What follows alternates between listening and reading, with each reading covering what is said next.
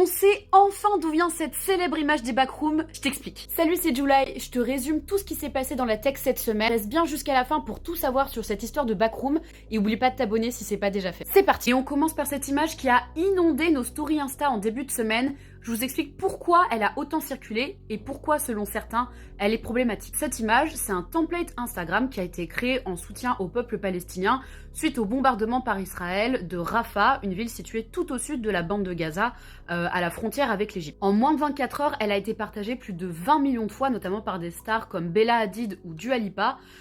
Aujourd'hui, on en est à plus de 47 millions de partages, ce qui est juste énorme. Et au cas où vous ne l'auriez pas remarqué, c'est une image générée par intelligence artificielle. Alors au début, on croyait tous que cette image avait été générée par ce compte Instagram qui est crédité en bas de l'image, un Malaisien, si l'on en croit le drapeau dans sa bio, qui se prénomme Cha. Des journalistes de 404 médias, ex-Vice, ont enquêté et en fait cette image ne vient pas du tout de ce compte Instagram.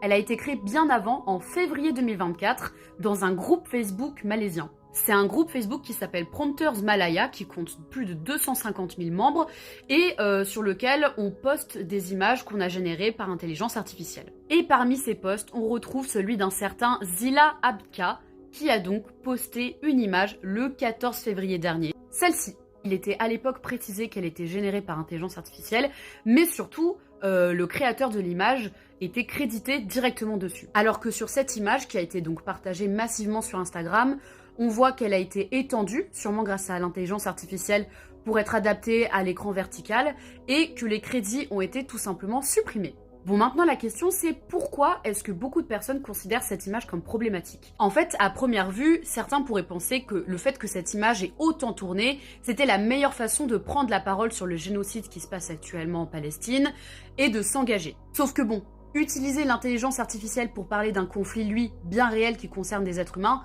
c'est plutôt moyen.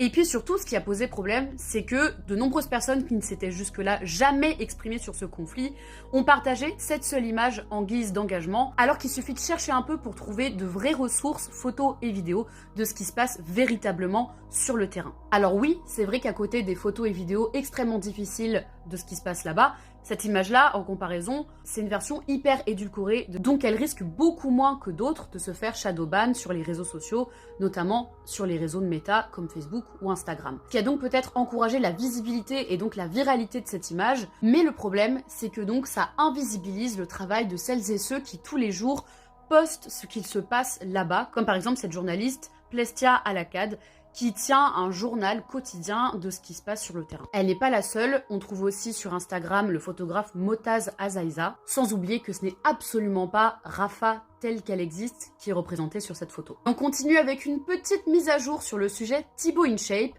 Selon un article de l'ADN, il ne serait pas vraiment le premier youtubeur français. Et alors ce n'est absolument pas un constat basé sur un jugement de valeur, mais ce sont bien des chiffres qu'ils disent. Alors je vous parlais déjà de cette nuance dans ma dernière vidéo. Si effectivement, Thibaut InShape a désormais plus d'abonnés que Squeezie, leurs contenus sont bien différents, et baser un tel constat sur des critères tels que le nombre d'abonnés, ce n'est pas suffisant, parce que désormais sur YouTube, vous le savez évidemment, il y a les vidéos classiques et les shorts. Alors YouTube a lancé les shorts en juillet 2021 face à la montée de TikTok, et un an plus tard, dans l'été 2022, Thibaut InShape s'est donc mis lui aussi aux shorts. Et alors qu'à l'époque, il postait un peu moins d'une dizaine de vidéos par mois, subitement, il s'est retrouvé à poster plus de 200 shorts par mois. À cette même période, il y a eu énormément de gens qui ont commencé à s'abonner à sa chaîne YouTube. Mais si on retire les chiffres des shorts de l'équation et qu'on se concentre uniquement sur le contenu vidéo, on va dire un peu plus classique de YouTube, Squeezie est bien au-dessus de Thibaut. D'ailleurs, les vidéos de Thibaut InShape commençaient à décliner en termes d'audience depuis 2017. Les shorts, c'était donc une excellente stratégie pour lui pour essayer d'attirer des gens, sauf qu'il n'a pas attiré une communauté française, loin de là. Selon le journaliste, seulement 13% des commentaires sous tous ses shorts sont de personnes françaises. Et effectivement, si dans son premier short, ici, il parlait en français, petit à petit, il a commencé à développer un style où il ne parle pas, ce qui permet de comprendre le short même si on ne parle pas français. Mais du coup, ça pose question sur le statut de premier youtubeur français. Parce que si Thibaut InShape a désormais aujourd'hui plus d'abonnés que Squeezie, il y a sûrement une énorme part de ces abonnés-là qu'il a gagné grâce aux shorts qui ne sont pas français. Est-ce qu'aujourd'hui on définit la notoriété d'un youtubeur uniquement par son nombre d'abonnés ou aussi par le contenu de ses vidéos ? À voir. Et enfin, la grosse nouvelle de cette semaine, c'est qu'on a enfin trouvé l'origine des photos des backrooms. Selon ce tweet donc qui a été posté le 30 mai, ces photos viennent du Wisconsin. Elles ont été publiées en 2003 sur internet. Alors si vous connaissez pas du tout les backrooms, très rapidement, c'est un creepypasta, donc une légende d'internet, qui est née en 2019 sur 4chan, lorsqu'un utilisateur anonyme a posté cette photo-là dans l'espace paranormal du réseau social. La photo avait énormément fait réagir de par son aspect super bizarre et étrange, et un commentaire avait notamment écrit « Si vous ne faites pas attention et que vous no-clippez en dehors de la réalité dans les mauvais endroits, vous allez terminer dans les backrooms. » Et bah pendant 2 ans, 4 internautes ont mené l'enquête sur Discord selon cet article de 404 médias, et les backrooms en fait, c'est devenu ça.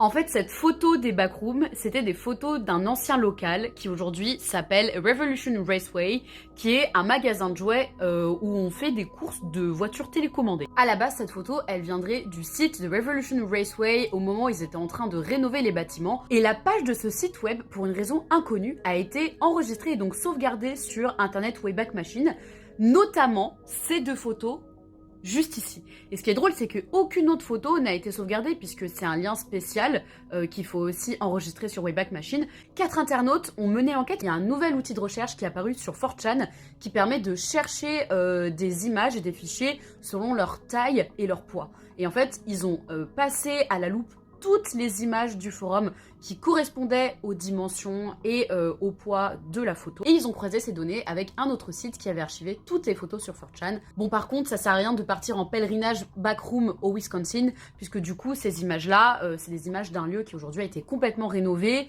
qui n'existe plus du tout tel quel, mais qui ressemble plus à ça. Voilà. Après, c'est un circuit de voitures télécommandées plutôt sympa, hein. N'hésitez pas à me dire si vous aussi vous êtes complètement choc-barre. Et voilà, c'est déjà la fin de cette revue de Presse Tech. J'espère que ça vous a plu. N'hésitez pas à me dire si une actu vous a marqué en particulier. D'ici là, je vous souhaite une très bonne soirée. À très vite. Salut, ciao!